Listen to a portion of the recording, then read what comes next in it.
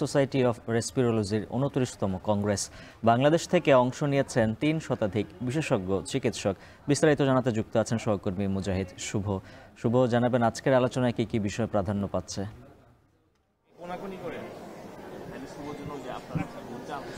উজ্জ্বল হাফিজ, আপনি জানেন যে আজকে দ্বিতীয় দিনের কার্যক্রম অনেকটা শেষের পথে। আমরা আসলে জানতে চাই যে বাংলাদেশ থেকে যেহেতু বাংলাদেশ লাং ফাউন্ডেশন তারাই মূলত নেতৃত্বে আছে, তো আমি জয়েন্ট সেক্রেটারি ডাক্তার কাজী বেন্নুর ওনার কাছে জানতে চাই যে ভবিষ্যৎ পরিকল্পনা কি, মানে এখান থেকে যাওয়ার পরে আপনারা বাংলাদেশে বক্ষব্যাধি প্রতিরোধ বা প্রতিকারে আপনারা কি করবেন? আসলে আমরা এখান থেকে যে জ্ঞানগুলো নিয়ে যাচ্ছি, আমরা নতুন ধরনের যে চিকিৎসা পদ্ধতি রয়েছে, যে নতুন ধরনের যে ওষুধগুলো এসেছে, এগুলো নিয়ে আমরা অবশ্যই একটা পরিকল্পনা করতে চাচ্ছি এবং আমরা অতীতেও করেছি।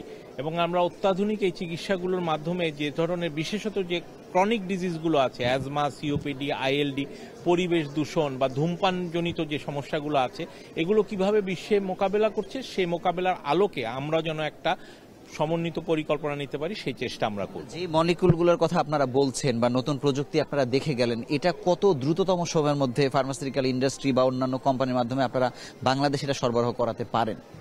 আসলে এটা বাংলাদেশ লাং ফাউন্ডেশনের কাজ নয়, এটির জন্য দরকার রাজনৈতিক সদিচ্ছা, সেই সাথে যারা নীতি নির্ধারক রয়েছেন তারা যদি এই ব্যাপারে ছাড় দেন, উদ্যোগ নেন এবং সেই সাথে ফার্মাসিউটিক্যালস ইন্ডাস্ট্রিগুলো এগিয়ে আসে এবং এই রিলেটেড যে সমস্ত যন্ত্রপাতি তৈরি হয় তাদের যে প্রতিষ্ঠানগুলো আছে তারা এগিয়ে আসেন, তাহলে কিন্তু এই চিকিৎসাগুলো, এই পদ্ধতিগুলো আমরা অতি দ্রুত বাংলাদেশে নিতে পারবো।